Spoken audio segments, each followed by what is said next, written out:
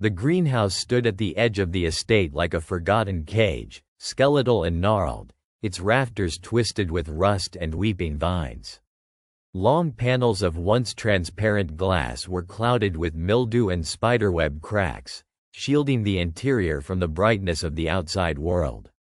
Ivy had wrapped itself around the structure like a strangler fig, curling through gaps, forcing its way inside, as though the building were breathing. Inhale, exhale. The movement of plants subtle yet intentional. When Marian arrived to catalog the estate for liquidation, the greenhouse wasn't on the list of appraised structures. It seemed everyone had simply stopped acknowledging its existence. The lock on the greenhouse door was broken, but stiff, resisting her hand like something being held closed from the inside. Inside, the air was heavy with the damp weight of rot and wild growth. Marian stepped over pieces of shattered clay pots with jagged mouths, their contents spilled long ago into the cracked stone floor. Her breath clouded slightly despite the summer heat, not from cold but from something clammy and sour that hung thick between the tendrils of overgrown vines. Despite its decay, the plants were alive. More than alive, even, they thrived. She crouched to examine a flowering something that pulsed faintly at the edges of its petals, as if each breath of hers made it bloom a little wider. When she reached out to touch its stem, the entire vine recoiled, not from pain, it seemed, but anticipation, coiling toward her hand before she jerked it back. Something clicked in her mind, a memory half-formed like waking from a dream, and it vanished as quickly as it came. That night, Marian found herself unable to sleep. Her dreams were riddled with green. Thick curtains of vines pushed through the windows of her temporary guest room, licking the floorboards, tapping against the walls in steady rhythms. Her sheets hummed with a low vibration she couldn't locate, a shiver beneath her skin as though the bed had moved fractionally closer to the door each time she blinked. In her dreams, she stood barefoot in the center of the greenhouse, the plants whispering in a language she felt, not understood, but felt. There was a center to the place, a root, something vast and waiting just below the surface.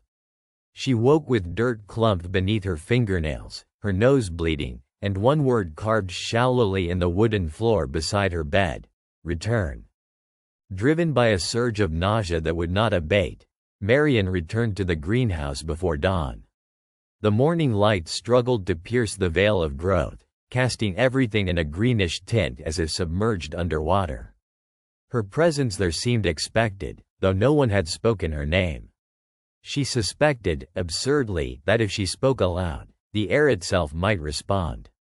She did not dare. Examining the floor, she noticed something she hadn't before: a seam running beneath the plants, a trapdoor cleverly hidden among the deliberately arranged roots. With deliberate slowness, she pulled away the overgrowth. The door groaned when opened, exhaling a reek of moss, old water, and something metallic. A narrow stairway descended into darkness. She hesitated at the top step, but a warm gust from within, the kind that feels like breath, pushed her gently forward. The hidden room was neither cellar nor bunker, but a chamber carved from compacted soil and brick, unnaturally symmetrical, too clean to be natural. Glass jars lined the walls, arranged meticulously, each containing a plant suspended in fluid, long dead or perfectly preserved. It was difficult to say. In the center sat a wide stone basin, shallow and stained, like an altar drained of something once vital. Marian approached, hand trembling now, the air thick with ticking, an almost inaudible sound, like many tiny clocks in perfect unison. From within the basin rose something skeletal and charred, shaped like a hand but made not of bone, of wood. It turned slowly with her approach, as if following her presence without sight. The ticking stopped abruptly. She opened her mouth to scream, or to speak, but no sound came. Her vocal cords felt entangled, pulled by a silence too loud to break. When she looked back toward the stairway, it was gone. The passage had sealed itself with roots so tightly woven they may as well have been stone. In the oppressive hush, a new sound began, a low, melodic hum that rose from the walls and the very soil beneath her, familiar in a way that brought tears to her eyes for reasons she couldn't explain. The jars around the room began to pulse, one by one, until the entire chamber throbbed with faint light. Something moved within the basin. Not just the hand, something deeper.